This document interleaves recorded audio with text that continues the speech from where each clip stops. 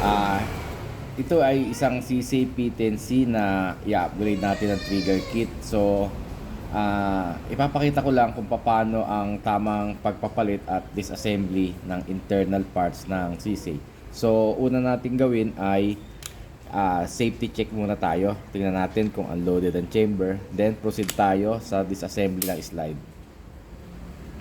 Ito lang pag disassembly para lang iaangat mo ng konti, then release. Set aside natin ang slide. Kumuha tayo ng patungan natin na tape, then tanggalin muna natin itong takedown lever. Ang pagtanggal ng takedown lever ay pipindutin dito, itutulak papunta sa kabilang side para maalis.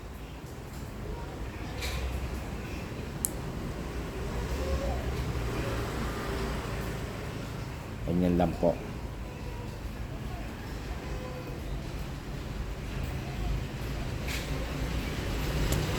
Natanggal na po, itabi lang muna natin. Then, tanggalin po natin yung locking block. Taktak nyo lang na ganyan sa kamay nyo. Ito po yung plunger block nya. Then, gagamit po tayo ng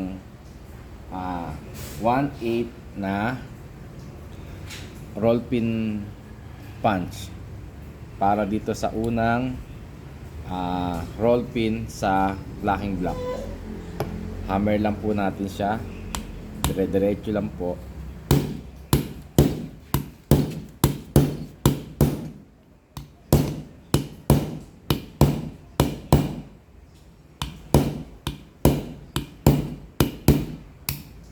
Yan po, tanggal na po. Tabi lang po natin siya. Konting tap lang tayo dito sa solid pin. Tanggal na. Tanggal na po siya.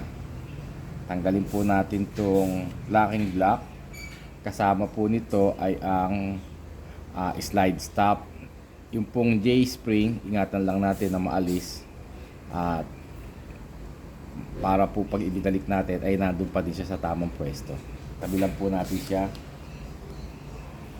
Sumunod po tayo dito sa maliit na roll pin sa likod. Dalawa po yan. 332 na roll pin punch. Ganun lang din po. Tanggalin lang po natin.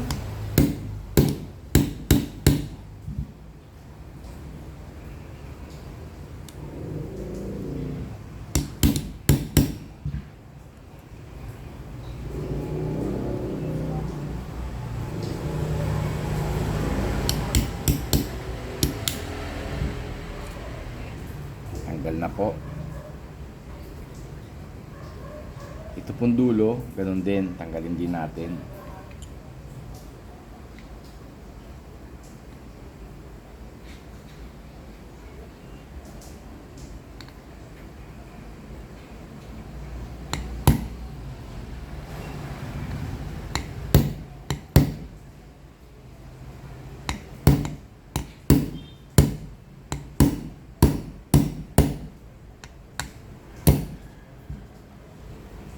Na po.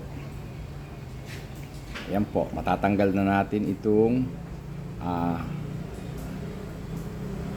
rear block, rear locking block. Kasama na po niyan ang trigger. Ngayon ang trigger po, susundutin lang natin ng 332 na punch. Tatanggal na po yan, ganyan lang po. Punasan natin at linisin po natin ang ibang parts ng ating internal. Then ganun din po ang pagbabalik. I-assemble po natin siya. Kabit natin ang trigger. HBI trigger po ito.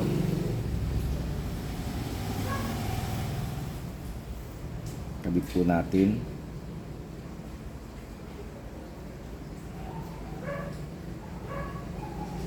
Pasok po natin. Ayan, maluwag po siya. Kailangan po maluwag siya at nagpe-play na hindi nalalaglag ang pin. Ganyan lang po. Linisin po muna natin ang ating frame. Linisin po natin ang ating frame. Yan po. Pag malinis na po, pwede na natin ibalik ang internals.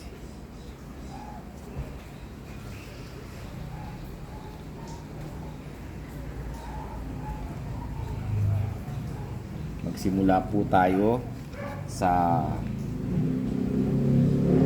rear locking block. Pasok po natin dito mauna sa trigger, then dito po align po natin. Ayan po, ganyan po, idiin nyo lang po.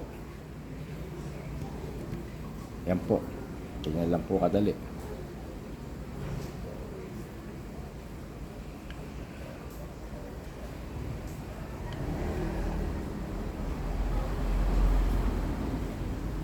Lagyan po natin ng mga bagong pinset para po mas maganda ang itsura ng ating barrel, ating P10C.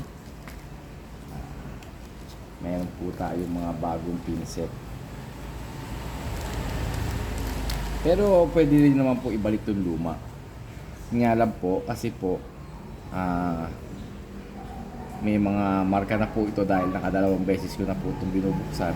So parang gusto ko po ay bago na ilagay. Yan po, ito po yung bago. Pasok lang po natin dito. Yan po, ganyan po. Ngayon i-hammer po natin siya.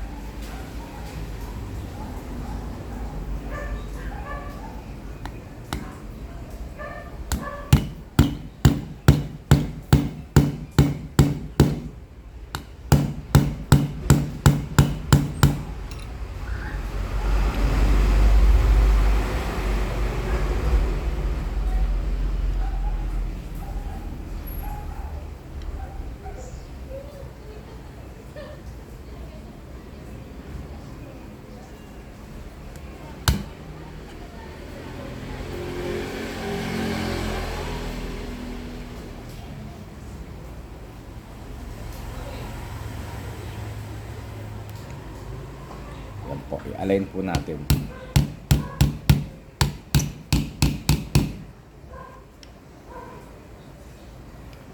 Dito po, i-check nyo kung saktong-sakto siya sa butas sa kabila.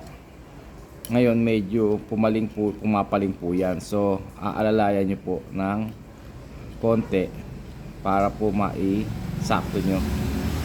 Ganyan po.